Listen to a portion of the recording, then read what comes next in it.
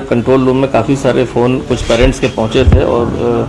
इस बात को लेकर कि किसी स्कूल के बारे में कोई खबर छपी है और वो अनसेफ फील कर रहे हैं और क्या सच्चाई है इस संबंध में जानने के लिए। तो चूँकि कंट्रोल रूम पे कॉल आई थी तो संबंधित थाने को सूचना भी दी गई इसमें कि भाई इसको वेरीफाई किया जाए।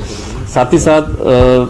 अलग अलग ग्रुप्स में भी और काफ़ी जगह देखा गया सोशल मीडिया पर भी कि स्कूल में अपहरण को लेकर या अपहरण के प्रयास को लेकर ऐसा कोई गिरोह सक्रिय है जो दिल्ली से आया और यहाँ पर बच्चों को इंजेक्शन लगा के या उनको अपहरण करने का प्रयासरत है। क्योंकि घटना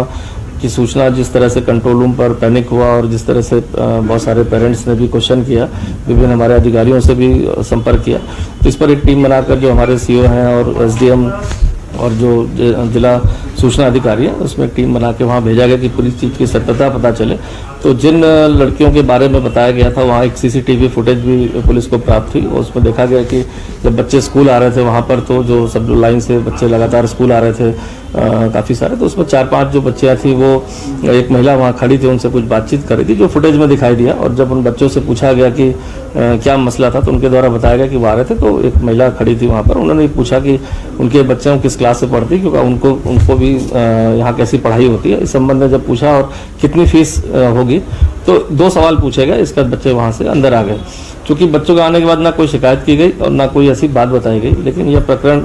किस तरह से तूल पकड़ा, चूँकि हंसी मजाक में बच्चों ने कुछ आपस में भी जोक्स क्रैक किए और इसको देखते हुए जिस तरह की बात आई तो उसको देखते हुए वहाँ के जो स्पोर्ट्स टीचर हैं, जैसा मुझे बताया गया कि उनके द्वारा भी बच्चों की काउंसलिंग की गई कि कोई किसी तरह की अफवाह पर ध्यान न दें और अपने जब भी आए जाएँ तो जो भी आपकी गाड़ी अधिकृत होती है जैसे बताते हैं स्कूल के लोग उस पर जाएँ। आप पेरेंट्स जब आप पे आते हैं तभी आप कैंपस से जाया करें, ऐसे मत घूमा करें। तो एक जनरल जो सिक्योरिटी के जो नॉर्म्स होते हैं जो स्कूल द्वारा बच्चों को बताए जाते हैं वो उनकी ब्रीफिंग की गई थी। अब उसको अन्यथा किस रूप में कहीं पर ये गलत तरीके से प्रेजेंट हुआ और एक गैंग से जोड़ दिया गया, तो चूंकि फिर भी बच्चों की बात को देखते हुए जैसी कोई बात नहीं आई, लेकिन सीसीटीवी फुटेज में हमने देखा कि एक व्यक्ति और एक छोटा बच्चा और एक महिला खड़े थे। तो उसके आधार पर हमने उनको कोशिश करी कि हम भी उनसे पुलिस का चूंकि गंभीर प्रकरण उनसे जानकारी की जाए कि इन परिस्थितियों में वहाँ पर आए थे। तो उसके बाद जब हमने ट्रैक किया हमारी टीम ने तो पता चला कि वो रायपुर क्षेत्र में रहते हैं और गांधी शताब्दी हॉस्पिटल जो जस्ट सामने ही है वहाँ पर 1 माह से वो लगातार इलाज के लिए हर वीक में आते हैं वहाँ पर।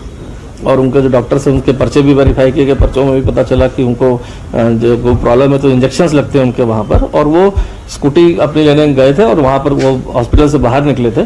और सिर्फ इतनी सी बात बच्चों से हुई थी और बच्चों द्वारा भी इसमें कंफर्म कर दिया गया कि वहाँ कोई ऐसी बात ही नहीं हुई थी, ना उनके द्वारा ऐसी कोई बात कही गई है।